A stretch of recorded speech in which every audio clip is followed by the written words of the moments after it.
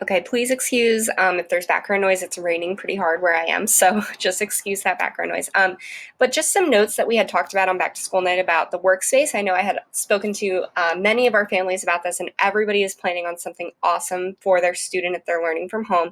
So that's great, and you guys, probably already know all this, but just to reiterate, try to keep all those materials, everything in one place, just as they would at school. So if they're at school and I ask them to get something out of their desk, we want to make sure it's that same kind of environment at home where it's all in one spot. So if I ask them to get their math book out, it's right there. If I ask them to get, a pen or a dry erase marker in their pocket workout, it's right there. Make sure also that it's a quiet space. They're not working on their beds. They remember that, any background noise in their vicinity will be heard when they're off mute. So keep in mind if they would like to use headphones, they are welcome. But if you feel that it's going to be a quiet space and there will be no distractions for them, that's fine too. They don't need headphones, just something to kind of think about. And, something maybe you'll troubleshoot with, like try it out one way. And if it doesn't work for them, you can try a different way. We're all learning as we go here, but just something to think about. And one note that I did make was if they ever need to be away from this space during school hours for, say, a doctor appointment or a trip or anything like that, these were some questions that I had gotten.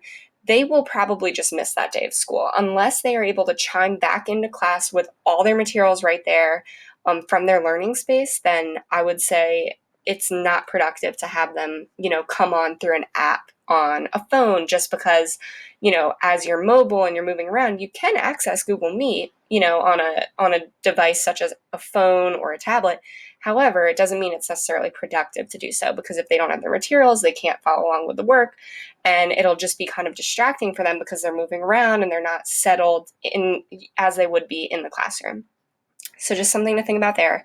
And with the remote learning center, just remember that they need to bring all items in that book bag to school every single day. They'll need access to all of this at the remote learning center. So make sure when they come home, they don't take everything out of their book bag. And if they do, for whatever reason, maybe to do some work or anything like that, make sure that it all gets put back so that it's all in one spot for them to transport to and from every day so that they don't find themselves there, missing items.